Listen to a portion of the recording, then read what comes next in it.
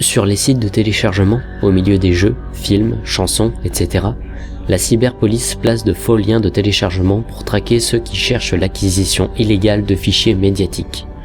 Vous cliquez sur le lien, vous téléchargez le fichier, mais il ne donne rien, et la cyberpolice a repéré votre ordinateur et sait que vous avez usure de télécharger.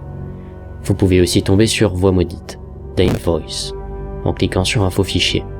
Mais Voix maudite ne vient pas de la cyberpolice.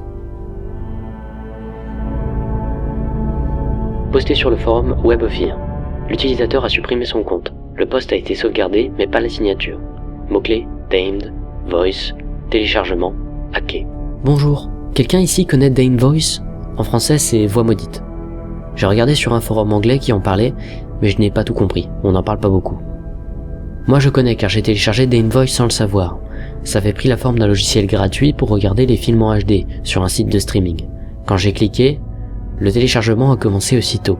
Il y avait déjà la jauge de téléchargement qui s'est affichée sur mon écran, avec le compte à rebours des secondes. Je commençais à regretter d'avoir cliqué, c'était peut-être un virus ou que quelqu'un allait avoir accès à mon ordi, quelqu'un du deep web.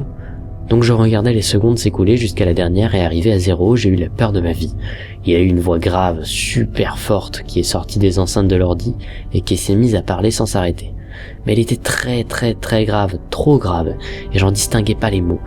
Je comprenais rien à ce qu'elle disait, mais elle parlait si fort et si soudainement que je me suis mis à flipper. Je cherchais partout sur mon bureau pour savoir d'où elle venait et comment je pouvais l'arrêter. Elle récitait quelque chose, et elle était tellement brutale que ça ressemblait à des aboiements parfois, mais elle disait des mots que je ne comprenais pas. J'étais trop précipité à vouloir l'arrêter et mon cœur allait à fond. Je me suis mélangé dans toutes les fenêtres ouvertes de mon bureau. Je ne trouvais pas la source. J'ai fini par tout fermer et il restait une petite fenêtre d'un fichier audio avec play et pause. J'ai cliqué sur pause et la voix s'est enfin arrêtée. Elle avait parlé pendant 26 secondes. Le fichier allait jusqu'à 1 minute 45. Mais je n'ai pas écouté la suite. J'avais mal à la tête et un fort acouphène. J'ai voulu le mettre à la corbeille, mais il y a eu une fenêtre qui disait « Le fichier HD Move 1045.mp3 ne peut être jeté car il est actuellement utilisé ». Alors je l'ai fermé et je l'ai mis dans la corbeille. Mais en voulant la vider, il y a eu le message « La corbeille ne peut pas être vidée à cause du fichier HD Move 1045.mp3. Assurez-vous qu'il n'est pas utilisé ». Je commençais vraiment à flipper. J'ai eu une idée. J'ai renommé le fichier soluswow.mp3 et je suis allé sur le forum de jeux en ligne que je connais bien. Sur un topic spécial aide et solutions, j'ai posté le lien de mon fichier en disant que c'était la liste des solutions complètes à télécharger gratuitement. Quand j'ai tout fermé et que je suis retourné sur mon bureau virtuel, le fichier n'y était plus. Extrait d'article trouvé sur icenews.com avant sa suppression, traduit de l'anglais au français. Dans l'appartement 2B, résidence la famille entend des cris de l'autre côté du mur. Pris de panique quant à l'horreur de ces cris, ils appellent la police. Quand les agents arrivent, les cris s'arrêtent. La police entre dans l'appartement 3B, adjacent à celui de la famille, où vit un étudiant en informatique de 21 ans. Au centre de la pièce, il retrouve l'étudiant assis à son bureau, l'ordi allumé. En s'approchant, il réalise que le garçon est mort. Sur l'écran est visible une fenêtre d'un fichier audio de 1 minute 45 qui a été écouté jusqu'au bout. Le fichier s'appelle hmntc/333.mp3. Le corps de l'étudiant est emporté par les services compétents qui ne détermineront pas la cause du décès. Le 1er mars 2011, 4 mois après ce premier événement, le voisinage du Street, Manchester, Lancashire, signale aussi un tapage provenant de l'appartement d'à côté. Ils ont entendu un son grave suivi de cris et des cognements sur le mur. Arrivé sur place, la police découvre 2 cadavres. Un premier sur une chaise de bureau, le corps désarticulé et les yeux révulsés, le deuxième au pied du bureau, le crâne fracassé. Les traces de sang sur un coin de la table amènent à la conclusion que la personne s'est elle-même cognée la tête contre le bord du bureau jusqu'à la mort.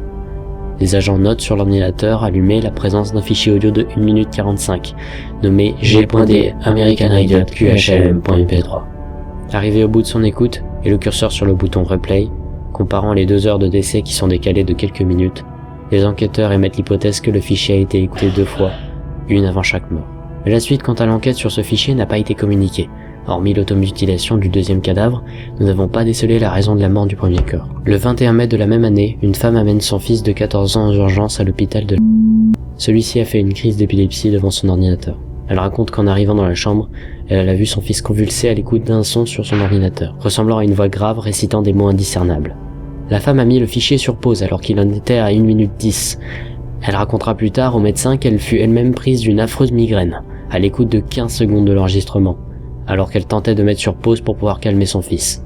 À nouveau, le reste de l'enquête n'a pas été communiqué. Les articles traitant du fichier audio de la voix maudite et les enquêtes associées ont été supprimés, de même que celui-ci, très récemment. La crainte sur le web s'étant quand même installée quant à ce fichier, il circule régulièrement des mises en garde sur le téléchargement illégal. Les affaires et anecdotes quant à ce fichier se faisant progressivement étouffer par les sites de téléchargement, des utilisateurs font circuler le fichier Damnvoice.mp3 contenant un sixième du fichier d'origine pour prouver son existence et que la mise en garde persiste. Les réactions dues à l'écoute du fichier audio variant en fonction des personnes, rien n'assure que l'écoute d'un sixième de l'enregistrement sera inoffensive. Ceci est pour la personne qui veut parler ensemble, c'est bon, parce que